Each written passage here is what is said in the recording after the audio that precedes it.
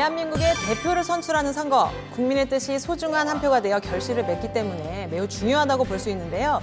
이번 시간에는 선거에 대해 여론을 알아보는 선거 여론조사 실시부터 공표, 보도까지의 과정과 그 결과를 올바르게 읽고 해석하는 방법에 대해 전문가와 함께 살펴보고자 합니다. 먼저 중앙선거 여론조사 심의위원회의 류정호 심의팀장님 나와 계십니다. 안녕하세요. 안녕하세요. 네, 반갑습니다. 네, 그리고 한국갤럽의 장덕현 연구위원님 나와 계십니다. 반갑습니다. 반갑습니다. 네, 오늘 이렇게 두 분과 함께 선거 여론조사에 대해 쉽고 재미있게 알아보도록 할 텐데요. 시청자분들께서는 선거 여론조사 결과를 언론 기사로 많이 접하실 듯 합니다. 이 선거 여론조사 결과를 공표, 보도하기까지 필요한 절차가 있다고 제가 알고 있는데요. 류정호 팀장님, 간단한 설명 좀 부탁드릴게요. 네, 선거 여론조사는 유권자의 의견을 측정해서 단순히 전달하는 데 그치지 않습니다. 조사 결과로 인해서 새로운 여론이 형성되기도 하고 기존의 여론이 변경돼서 유권자의 투표 행위에 영향을 미치기 때문입니다. 그래서 선거 여론조사가 과학적이지 못하거나 조사 결과가 왜곡되는 경우에는 선거의 공정성이 크게 훼손될 수 있습니다. 그래서 조사기관 등록제, 선거 여론조사 실시 신고제, 그리고 선거 여론조사 기준 준수 의무화 등에 대한 아주 엄격한 제도적 장치를 마련하고 있습니다. 아주 감사합니다. 네. 이렇게 선거 여론조사 결과가 절차에 따라 체계적으로 진행이 된다고 하니까 이 대한민국 선거에 좀 더욱더 믿음이 가는데요. 이 시간에는 신뢰성과 공정성을 기본으로 하는 선거 여론조사에 대해 알아보려고 합니다. 자, 이제 준비한 영상을 두 분과 함께 보면서 그 선거 여론조사의 기획부터 공표까지 과정에 대해 많은 이야기를 나눠볼 텐데요. 제가 오늘은 언론사에 다니는 나기자로 한번 변신을 해봤습니다. 예, 저를 지금부터 나기자라고 불러주시면 돼요. 한번 불러보시겠어요? 나기자님. 두 분 잘하시네요. 예, 너무 만족합니다. 예. 그러면 이제 선거 여론조사 결과에 대해 알아보는 시간 지금 시작하겠습니다. 먼저 영상부터 만나보시죠. 예, 지금 저 나기자가 일하고 있는 언론사 사무실입니다.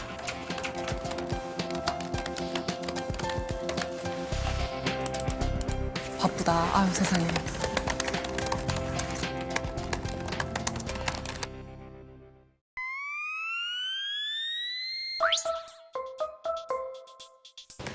나 기자,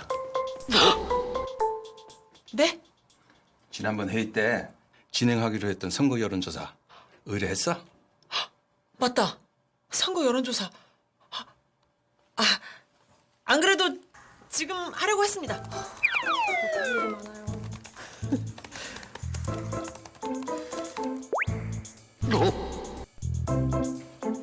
뭐지? 지금 너무 바쁜데? 어디 보자. 그냥 최근 자료 찾아서 올리면 안 되나?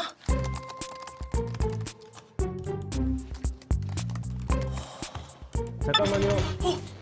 공표 보도용 선거 여론조사는 지켜야 하는 절차가 있습니다. 지금 제가 무슨 잘못을 했나요? 제가 지금 너무 바빠가지고 그냥 올리려고 했는데 뭔가 문제가 있었던 거죠? 선거 여론조사를 공표하기까지는 1년의 과정이 있습니다. 먼저 언론사에서 조사 기간에 공표 보도용 여론조사를 의뢰를 합니다. 그러면 언론사와 조사 기관이 함께 조사 기획을 하게 되는데요. 그 과정 중에는 표본을 어떻게 뽑을지, 표본 설계에 대한 것부터 질문지 작성, 그리고 조사 방법, 적절한 방법을 이제 설정해서 조사를 기획하게 됩니다. 조사 실시하기 전에는 조사 설계에 대해서 신고하는 과정이 있습니다. 이것까지 포함되어 있습니다. 실제 조사 기관에서 조사를 실시한 이후에는 결과를 분석해서 홈페이지에 등록하게 되는데요. 이후 언론사는 조사 기관과 협의한 시간에 맞춰서 최종 공표 보도를 하게 됩니다. 지금 선거 여론조사 과정에 대해서 말씀을 해주셨는데 제가 듣기에는 그 절차가 좀 복잡하게 느껴지는데요. 그래서 더 믿을 만한 조사 기관에 의뢰를 해야 할 것 같다는 생각이 드는데요. 네, 그렇습니다. 여론조사는 고도의 전문성이 요구되는 분야입니다. 조사 설계, 설문지 작성, 표본 선정, 그리고 실사, 그리고 데이터 분석에 이르는 모든 과정에서 굉장한 전문성이 요구되고요. 그 부분에 대해서 전문성이 떨어지는 경우에는 상당한 그 오류가 발생이 되고 편향된 결과를 얻게 됩니다. 그래서 공표 보도되는 선거 여론조사를 수행하고자 하는 기관은 관련 법규에서 정하고 있는 인적, 물적 요건을 충족해서 선거 여론조사 심의위원회에 등록해야만 가능합니다. 선거 여론조사 등록제가 도입이 되면서 선거 때 되면 우후죽순처럼 생겨났던 조사 전문성이 떨어지는 자격 미달의 여론조사가 상당 부분 사라지게 됐고요.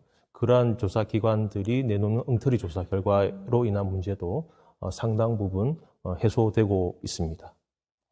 그렇군요. 진짜 하나하나 많이 배웁니다, 제가. 그러면 의뢰까지 진행을 하고 이번에는 제가 진짜 자신만만하는 부분인데요. 바로 조사 기획 단계입니다. 자, 그럼 바로 다음 영상 보시죠. 네, 지금 저랑 조사 기관 담당자님이 함께 만난 상황입니다. 나 나 기자, 오늘은 실수하지 않는다. 뭐지? 이 믿음 안 가는 분위기는 싸늘하다.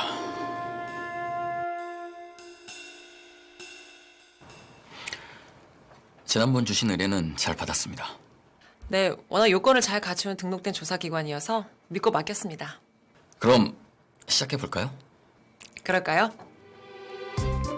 선거 여론조사는 선거 여론조사 심의위원회에 등록된 조사기관에 의뢰할 수 있습니다. 네, 언론사가 조사기관에 조사를 의뢰하게 되면 함께 조사 기획을 하게 되는데요. 기획 단계에서는 표본을 설계하고 조사 방법을 선택해서 설문지를 구성합니다. 또 이 단계에서 조사 기획 과정을 신고하는 절차까지 포함되어 있습니다. 의원님께서 말씀해 주신 것처럼 저희가 좀 구체적으로 한번 이야기를 나눠봤거든요. 영상 바로 이어서 보시죠. 시장 지지도를 보도하려고 하는데 지금 시간도 예산도 너무 부족해요. 그냥 표본 100명 정도로만 조사하면 안 될까요? 100명이요? 광역단체 선거는 800명 이상만 가능해요. 그 정도야 뭐... 어디 보자. 지금 뭐 하세요? 제가 취재하면서 알게 된 분들이 꽤 많거든요. 이 연락처로만 전화 돌려도 여론조사 완전 잘 나올걸요? 충분하지 않나요? 실제로 나 기자님처럼 하는 경우는 절대 없습니다.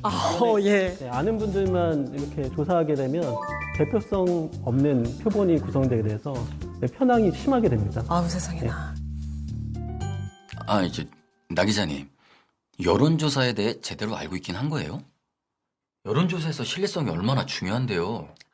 무슨 소리세요. 신뢰성 하면 나 기자입니다. 저만 믿으세요. 어떻게 믿을 수 있을까요? 불안한데요. 나 기자님 예. 믿어도 될까요? 그럼요. 접니다. 바로 나 기자입니다. 예. 제가 여론조사를 진행하려고 하니까 기획 단계에서부터 제 생각대로 되는 게 아무것도 없더라고요. 일단 표본도 이렇게 예산에 맞춰서 최소한으로 진행을 하려고 하니까 설계에서부터 막히더라고요. 이 표본 설계 어떻게 해야 할까요? 우선 표본 크기인데요. 선거 여론조사 기준은 선거의 종류와 조사 지역 단위를 기준으로 최소 표본수를 정하고 있습니다. 대통령 선거 또는 전국 단위 선거는 1000명, 광역단체장 또는 시도 단위의 조사는 800명, 그리고 국회의원 선거 또는 구시군 단위의 조사는 500명 이상 조사를 해야만 공표 보도할 수 있습니다. 제가 너무 무지했습니다. 이렇게 선거 여론조사에도 기준이 다 있는 것을, 그죠? 선거 유형이나 이 지역 규모에 따라 최소 표본 수가 규정되어 있다는 점, 저 나 기자가 아주 이번에 정확하게 명심하도록 하겠습니다. 그리고 취재하면서 수집된 번호를 사용한다고 하셨는데요. 그러면 절대 되지 않고요. 선거 여론조사에는 신뢰성, 중립성이 굉장히 중요합니다. 그래서 전체 국민을 다 포함할 수 있는 대표성 있는 표본 추출 틀을 사용해야 되는데요. 대표적으로는 IDD, 그리고 휴대전화 가상 번호가 있습니다. 아니, 제가 취재한 분들도 이제 일반 유권자분들이시기 때문에 저는 당연히 사용할 수 있을 거라고 생각을 했거든요. 위원님께서 말씀해 주지 않으셨다면 정말 큰 실수를 저지를 뻔했습니다. 그러면 좀 전에 위원님께서 말씀해 주신 그 RDD와 가상 번호는 어떤 거죠? 네, 우리나라 선거 여론조사는 대부분 전화로 이루어집니다. 전화 응답자를 확률적으로 추출하기 위해서 사용되는 대표적인 방법이 RDD와 휴대전화 가상번호 방법인데요. RDD는 국번별로 0000부터 9999번까지 그러니까 있을 수 있는 가능한 모든 전화번호를 만들고 그 중에서 무작위로 전화번호를 선정해서 그 번호에 전화를 걸어서 조사를 진행하는 것이고요. 휴대전화 가상번호는 이동통신사가 가입자의 성별, 연령별, 지역별 정보에 기반해서 무작위로 전화번호를 선정을 하고요. 그 전화번호가 개인정보잖아요. 그래서 그 정보가 노출되지 않게 050이라고 하는 임시 전화번호를 로 바꿔서 조사기관에게 제공을 하고 그 전화번호로 조사기관은 조사를 수행하는 그런 방법입니다. 아, 그렇군요. 아, 정말. 근데 위원님, 요즘 그 스마트폰 메신저로 채팅도 많이 하잖아요. 이런 새로운 방식으로 좀 조사를 해도 괜찮지 않을까요? 그거는 이제 조사 방법에 해당되는 부분인데요. 네. 대표적인 조사 방법으로는 전화 면접, ARS, 그리고 인터넷 조사, 스마트 앱을 통한 조사 등이 있습니다. 근데 말씀하신 것처럼 채팅을 이용한 조사 방법은 응답자가 자발적으로 조사에 참여하게 되어서 대표성을 확보할 수 없고 또 중복으로 응답하는 경우도 발생할 수 있어서 바람직한 방법이라고 보기는 좀 어렵습니다. 역시 그런 디테일한 부분까지 다 생각을 해야 되는 거군요. 아, 저는 조금 획기적으로 진행을 해보고 싶었는데 역시 올바른 조사 방법을 선택하는 것도 굉장히 중요하네요. 자, 그럼 바로 다음 단계로 넘어가 봐야죠. 설문 구성과 실시 신고 항목인데요. 바로 영상 함께 보시죠.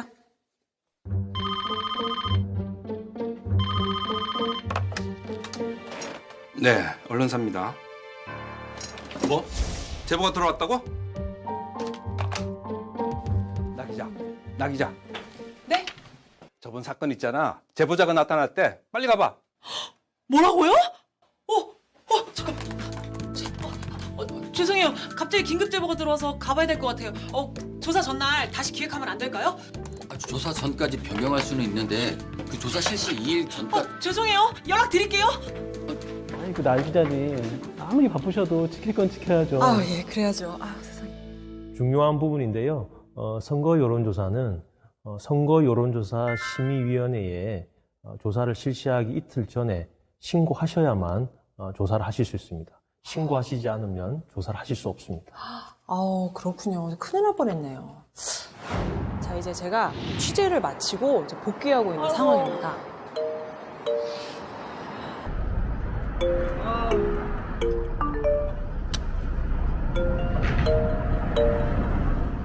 저거는 또 다 공감하시는 분들이 많을 거라고 생각이 듭니다.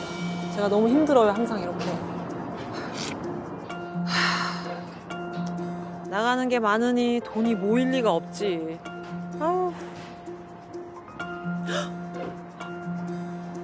맞다. 설문 내용 짜야 되는데. 제가 너무 바빠가지고 깜빡했어요. 어떡해. 어째 일이 끝나지를 않냐. 실제로도 많이 바뀔 때죠. 이해해 주시네요, 그래도. 그러고 보니까 저 후보 청년 지원 정책이 마음에 들었는데. 그래. 설문 내용에 저 후보 정책을 부각시켜서 넣는 거야. 좋았어. 청년 지원 정책, 취업 지원금 같은 그런 지자체 청년 정책들이 많이 확대되고 있는데요. 그런데 그렇다고 해서 이런 정책을 그대로 넣어버리면 특정 후보를 부각할 수 있어서 그렇게 지문지를 구성하면 안 됩니다. 그렇군요. 이렇게 함께 또 영상을 봤는데 위원님께서 또 방금 어떤 특정 후보의 그런 정책을 부각시키면 안 된다라고 말씀을 해주셨잖아요. 팀장님, 이거 어떻게 보셨나요? 저는 이 좋은 정책을 잘 알리는 것도 이 뭔가 여론조사 기획자로서의 아주 중요한 역할이라고 생각을 하면서 굉장히 지금 자신만만해 있거든요. 잘못했나요? 네, 잘못했어요? 절대 그렇게 잘못했습니다. 하시면 안 예, 되고요. 예. 저희 장 위원님께서 말씀하셨듯이 네. 선거 여론조사가 후보자의 인지도를 높이는 수단, 그리고 자신의 경력이나 공약을 널리 알리는 그런 수단으로 변질되는 것을 공직선거법은 매우 엄격하게 제한하고 있습니다. 덧붙여서 설문지는 선거 여론조사 결과의 신뢰성과 직결되는 요소입니다. 설문지 작성을 어떻게 하느냐에 따라서 다시 말해서 설문지에 표현되는 어휘나 그 표현 그리고 순서 이런 것에 의해서 선거 여론조사 결과가 상당히 달라질 수 있습니다. 그래서 후보자 단일화를 여론조사로 하는 경우에 여론조사 문항을 두고 어려움을 겪는 이유도 바로 여기에 있습니다. 그래서 설문지의 작성은 무엇보다도 객관적이고 공정하게 작성되는 것이 매우 중요하다고 하겠습니다. 그러면 설문을 만들면 바로 조사를 하면 되는 건가요? 조사는 어떻게 진행되나요? 기본적으로 표본수, 그다음 가중값 배열 같은 선거 여론조사 기준을 준수해야 하고요. 그리고 철저한 관리 하에서 조사가 진행됩니다. 또 예를 들면 후보자 이름을 그 순환해서 불러주는 것 같이 공정하게 조사가 진행될 수 있도록 해야 됩니다. 또 한 가지는 지역, 성, 연령대 같은 유권자 비율에 맞춰서 조사를 해야 되기 때문에 그 비율에 맞는 할당 관리를 하게 됩니다. 그래서 어떤 지역, 성, 연령 할당을 초과하는 경우에 조사 대상이 아니라고 이렇게 안내를 하고 조사를 중단하게 됩니다. 그럼 조사까지 마치면 결과는 어떻게 나오게 되나요?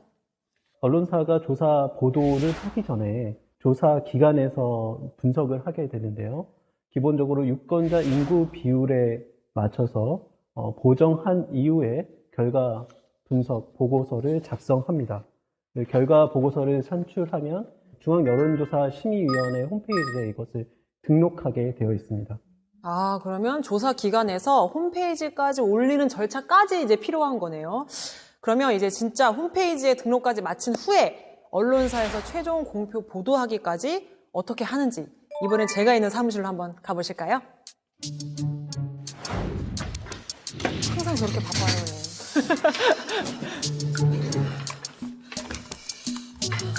열일하고 있습니다.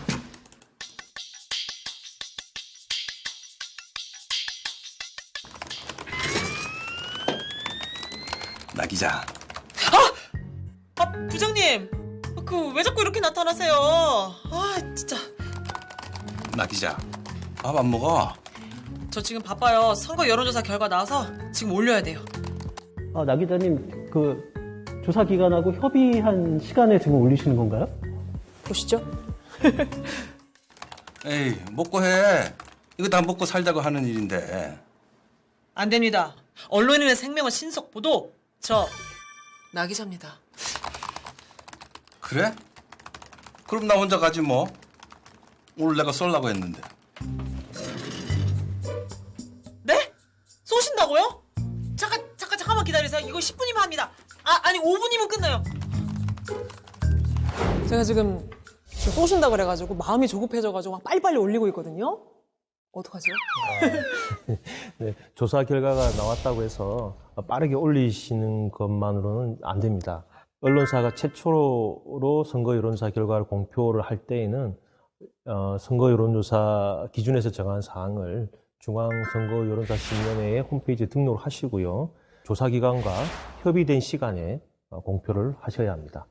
네, 공정성 하면 신뢰성 하면 저는 진짜 저만큼 완벽한 언론인은 없다고 생각하고 이렇게 당당하게 했었는데 이제 팀장님과 위원님이 아니었다면 정말 얼마나 더 실수를 했을지 정말 까마득합니다. 그래도 열심히 제가 결과까지 해가지고 딱 나왔습니다. 유권자분들도 잘 봐주실지 정말 기대가 되는데요. 그래서 유권자분들께서 여론조사 결과를 바르게 읽고 해석하는 방법에 대해 알아보는 시간을 준비했습니다.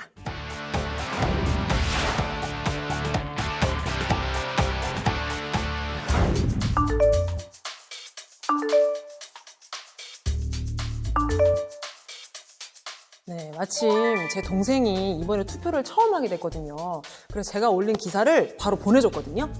지금 동생이 제 기사를 보고 선거 여론조사 결과를 검색했더라고요. 지금 기사 제목이 이렇게 좀 나오고 있죠. 지금 제 동생과 친구들이 이 선거 여론조사 결과에 대해 아주 뜨겁게 이야기를 하고 있는 중입니다.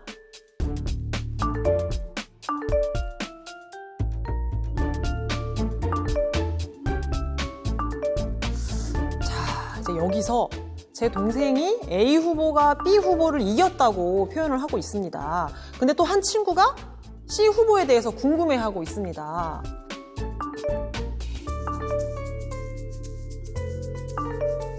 지금 또 다른 친구가 저 기사 속의 그래프를 보고 C 후보도 다른 후보들과 지지도가 비슷하다고 말하고 있는데요. 또 제 동생은 기사에서 본 지지율이 낮았다고 그렇게 지금 말하고 있거든요. 이게 지금 어떻게 된 걸까요? 제 동생과 친구들이 여론조사 결과 보도 기사를 보고 옥신각신 지금 실랑이를 벌이고 있습니다. 좀 제대로 해석하고 있는 게 맞는 걸까요? 여론조사 결과를 제대로 이해하려면 표본 오차 개념을 알고 있어야 하는데요. 여론조사는 전체 유권자를 조사하는 것이 아니라 일부 표본을 조사하는 거기 때문에 오차가 발생할 수밖에 없습니다.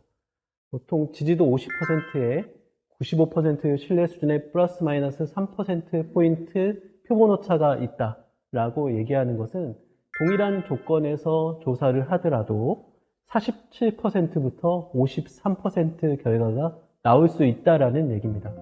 그러니까 저렇게 작은 차이를 가지고 의미를 두어서 해석하는 것은 굉장히 문제가 많습니다. 제가 수에 약해가지고 지금 굉장히 어려웠거든요. 이 여론조사 특성상 오차는 어쩔 수 없이 발생을 하게 되는 거군요. 그럼 그 오차 범위 안에 나타나는 후보 간의 그 지지도 차이를 승패로 단정 지으면 안 된다고 하셨는데 그러면 어떻게 이해하는 것이 좋을까요? 네, 그래서 지지도 격차가 오차 범위 내인 경우에는 앞섰다, 역전했다, 단정적인 이러한 표현보다는 박빙이다, 혼전이다, 와 같은 표현을 하는 것이 바람직하다고 하겠습니다. 덧붙여서 전국 유권자를 대상으로 조사를 실시한 후에 성별, 연령별, 지역별로 조사 결과를 이렇게 세부적으로 읽어주는 경우가 있는데요. 그 경우에는 주의를 하셔야 됩니다. 표본 오차는 표본 수가 작아질수록 커지기 때문에 당연히 하위 표본인 세부 단위의 결과를 읽을 때는 그만큼 오차가 커진다는 걸 유념하고 결과를 보셔야 하겠습니다. 또 이 친구들이 지금 그래프를 보고 서로 다르게 해석을 하고 있어요. 이 그래프 같은 이미지는 어떻게 해석하는 게 좋을까요? 그 시각적 효과를 위해서 조사 결과를 그래프로 보여주는 경우가 많습니다. 이 경우에 좀 주의해서 보셔야 하는데요. 오차 범위 내인 결과를 마치 실제로 큰 차이가 있는 것처럼 보여주기도 하고 그 반대로 실제로 큰 차이가 있음에도 불구하고 큰 차이가 없는 것처럼 보여주는 경우도 있습니다. 그래서 여론조사와 관련된 그래프 수치를 보실 때는 실제로 오차 범위를 고려를 해서 수치를 명확하게 확인하시고 보시는 것이 중요합니다. 그렇군요. 또 제 동생이 제 기사를 보고 저한테 기사를 성의 없이 썼다고 계속 그러더라고요. 이 마지막 문구를 보고 저를 비웃는데 제가 어찌나 화가 나고 분하던지 그 조사 결과 그 밑에 그 중앙선거 여론조사 심의위원회 홈페이지 참고라는 이 문구는 왜 들어가는 걸까요? 공표 보도되는 모든 선거 여론조사에 대한 중요한 정보가 중앙선거 여론조사 심의위원회 홈페이지에 등록되어 있기 때문입니다. 그래서 언론을 통해서든 여론조사 결과를 접하실 때는 단순하게 수치만 보시지 마시고 여론조사 심의위원회 홈페이지에 등록되어 있는 중요한 정보를 같이 보셔야 합니다. 그래서 얼마나 믿을 만한 조사인지 아닌지를 판단할 수 있는 여러 정보를 함께 보셔야만 해당 여론조사의 신뢰도를 판단하실 수 있습니다. 유권자분들께서 중앙여론조사심의위원회 홈페이지에 등록된 정보에 관심을 가져주시는 만큼 우리나라의 여론조사 수준은 높아질 수 있다 이렇게 생각을 합니다. 명심하겠습니다. 아니 또 왜 이렇게 의심이 많은지 인구수의 또 표본수는 너무 적은 거 아니냐며 결과를 못 믿겠다고 그러더라고요. 제가 얼마나 속상했는데 열심히 만든 건데 이게 표본을 설계해도 수가 너무 적지는 않나요? 대표성에 문제는 없을까요? 원래 조사 목적이 되는 집단, 이거를 모집단이라고 합니다. 그러니까 모집단 전체를 현실적으로는 다 조사할 수 없기 때문에 표본을 추출해서 조사를 하는데요. 이것은 예를 들면 국의 간을 보는 거라고 생각할 수 있습니다. 잘 저어서 한 입만, 한 숟갈만 떠 먹으면 맛이 어떤지 알 수 있는 것처럼 대표성 있게 표본을 잘 추출해서 조사를 하면 적은 수의 표본으로도 충분히 전체 유권자의 인식을 알 수가 있습니다. 국 얘기가 나오니까 갑자기 확 이해가 되면서 오늘 이 시간 중에 가장 좀 쉽게 이해를 했습니다. 아니 또 동생과 친구들이 전화번호도 어떤 전화번호를 사용하는지 모르겠다며 또 가짜뉴스 아니냐고 계속 또 의심을 하고 있는 상황인데요. 조사에는 어떤 전화번호가 사용이 되나요? 예, 앞서 말씀드렸듯이 RDD 방식을 통한 전화번호, 그리고 휴대전화 가상번호, 그리고 패널, 그리고 KTDB와 같은 표본 추출 툴이 사용이 됩니다. 이 표본 추출 툴에 대해서 얼마나 신뢰할 수 있는가에 대한 판단을 하시는 방법은 전체 조사 대상 유권자를 얼마나 잘 포함하고 있느냐, 그리고 그 틀에 들어가 있는 사람들이 특정 성향에 의해서 편중되어 있는 그런 사람들로 구성되어 있는 것은 아니냐, 해당 표본 추출이 얼마나 객관성을 가지고 있느냐에 대한 부분으로 판단하시면 될 것 같습니다. 네, 그렇군요. 아니, 그러면 그 무작위 전화 걸기라고 하면 뭐 유선, 무선 모두 사용할 수 있는 건가요? 참고로 무선 전화 RDD를 사용할 수 있는데요. 무선 전화 RDD의 경우에는 지역 정보가 없기 때문에 전국 단위 조사에서만 사용할 수 있습니다. 전국 단위. 유선 전화 RDD를 또 쓸 수가 있는데 국번을 가지고 지역을 알 수 있기 때문에 지역 조사가 가능한데 유선 전화를 이용하는 사람들이 너무 적기 때문에 단독으로는 쓸 수 없고 무선 전화와 같이 혼합해서 사용하는 경우가 많이 있습니다.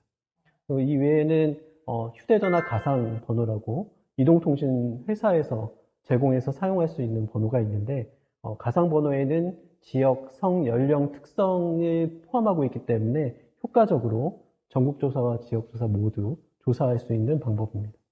그렇군요. 그러면 또 어떤 사람들이 조사에 답했는지도 굉장히 궁금해 하더라고요. 응답의 구성 비율이 어떻게 될까요? 응답자의 그 인구 특성에 대한 그 구성 비율을 확인하는 것이 중요합니다. 행정안전부가 발표하는 주민등록 인구 통계를 기준으로 해서 우리나라 유권자의 성별, 연령별, 지역별 비율에 따라서 비슷하게 조사가 될수록 조사 관리가 잘 되었다라고 볼 수 있습니다. 인구 통계에 따른 그 사례수, 필요한 사례수가 조사돼야 하는 사례수를 목표 사례수, 할당 사례수라고 그러고요. 그리고 실제로 조사된 수를 조사 완료 사례수라고 합니다. 그래서 그 두 가지를 비교할 수 있도록 중앙여론조사심의위원회 홈페이지에서 공개를 하고 있습니다. 그러면 그 B 조사는 공표하면 안 되는 거 아닌가요? 예, 꼭 그렇지는 않습니다. 선거 여론조사 기준은 가중값 배열 범위, 즉 성별, 연령별, 지역별로 표집해야 하는 최소, 최대 수를 규정하고 있습니다. 목표 할당 사례수의 최소 3분의 2 이상을 표집하도록 정하고 있는데요. 예를 들어 20대의 목표 할당 사례수가 150명이라면 반드시 100명 이상을 표집해야만 됩니다. 그렇지 못하면 그 결과를 공표 보도할 수 없습니다. 그러면 이제 목표 할당에 가깝지 않아도 그 일정 범위 안에 들어가면 보도가 가능한 거군요. 그렇습니다.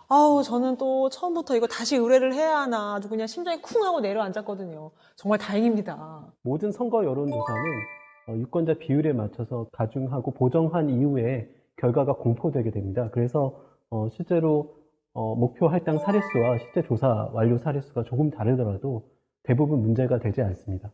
이러한 보정 어떻게 했는가 하는 것은 가중값 산출 및 적용 방법을 통해서 확인할 수 있습니다. 그러면 조사를 실시했을 때 조사 관리는 어떻게 확인할 수 있는 방법이 있나요? 피조사자 접촉 현황, 접촉률, 응답률 등을 통해서 실사 관리가 얼마나 잘 되었는가를 직간접적으로 엿볼 수가 있습니다.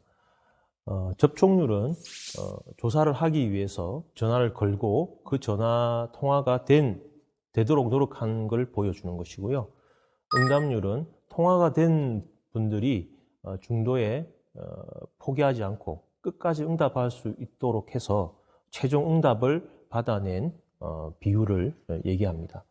그러니까 응답률을 다시 얘기하면 통화가 되신 분들 중에서 끝까지 응답하신 분들의 비율이라고 하겠습니다. 좀 어려운데 그러면 만약에 표본 1000명 중에 응답률 10%라고 하면 이게 최종 100명이 응답을 했다라고 이해를 하면 되는 걸까요?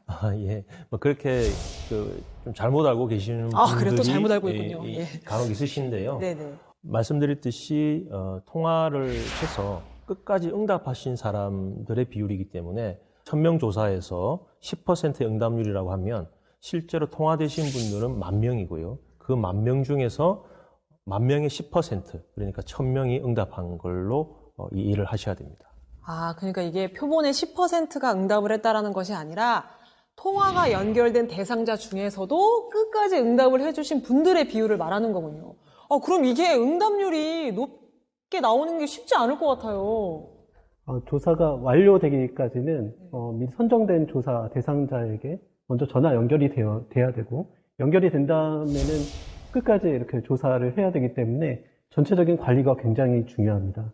계속 전화 안 받는 분에게는 다시 재통화하고, 그리고 면접원이 잘 진행할 수 있도록 교육도 잘 실시해야 됩니다. 그렇다면 조사 결과는 어떻게 보는 것이 좋을까요? 신문이나 방송에서 여론조사 결과를 접하시게 되면 반드시 중앙선거여론조사심의원회 홈페이지에 오셔서 해당 여론조사에 대한 정보를 꼼꼼히 살펴보시는 게 중요하겠습니다. 면접조사인지 ARS 조사인지 조사 방법을 꼭 확인하셔야 하고요. 그리고 유무선 혼합조사인지, 그리고 혼합 비율은 어떻게 되는지, 그리고 표본 추출틀은 얼마나 포괄적이고 객관적인 표본 추출틀을 사용했는지, 충분한 조사 시간을 확보해서 조사했는지, 그리고 설문지는 객관적이고 공정하게 작성되었는지, 이런 부분들을 꼭 따져보셔야 합니다. 이게 선거 여론조사 결과만 보고 이해하는 것이 아니라 그 기획한 내용을 잘 살펴보는 그 과정에 대한 이해가 더 중요하겠네요. 네, 그래서 여론조사 결과를 보실 때는 전체 다양한 조건들이 있기 때문에 수치 자체를 절대적으로 인식하기보다는 전체적으로 흐름이 어떤지, 추세가 어떤지, 이거를 중심으로 보시는 것이 반드시 필요합니다. 네, 감사합니다. 제가 진짜 오늘 두 분께 너무 많이 배워가고 어디 가서 아는 척 좀 할 수 있을 것 같습니다. 네. 너무 감사드리고 지금까지 선거 여론조사 공표 보도 과정에 대한 이야기를 전반적으로 살펴보았는데요. 국민들의 알 권리를 실현하는 선거 여론조사, 오늘 유정호 팀장님과 장덕헌 위원님과 함께한 시간 여러분 어떠셨나요? 선거 전에 공표되는 다양한 여론조사 결과 올바르게 읽으시고 소중한 한 표 행사하시길 바라겠습니다. 지금까지 나 기자였습니다. 감사합니다. 감사합니다. 너무 수고하셨어요.